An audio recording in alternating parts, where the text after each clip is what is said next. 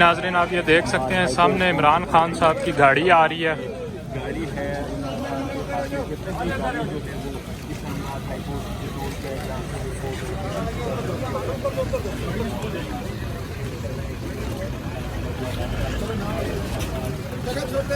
तौर पे यहाँ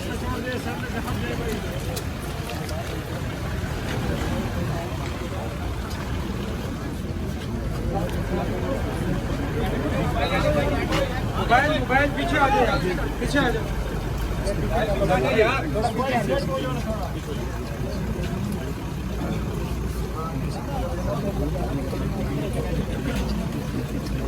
बाकी रोक देगी, दो ही गाड़ियां हैं। मोबाइल हाँ दो गाड़ियां हाँ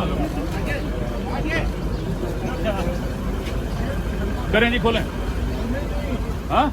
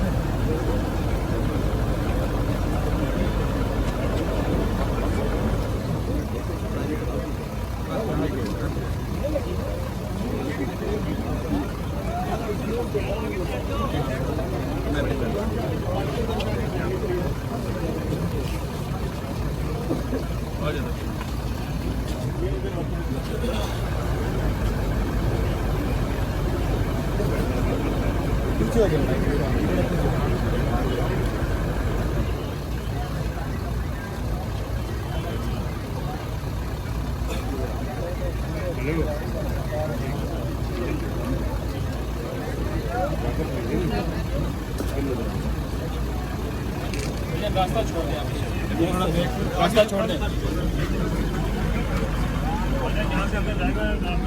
फिर से जरा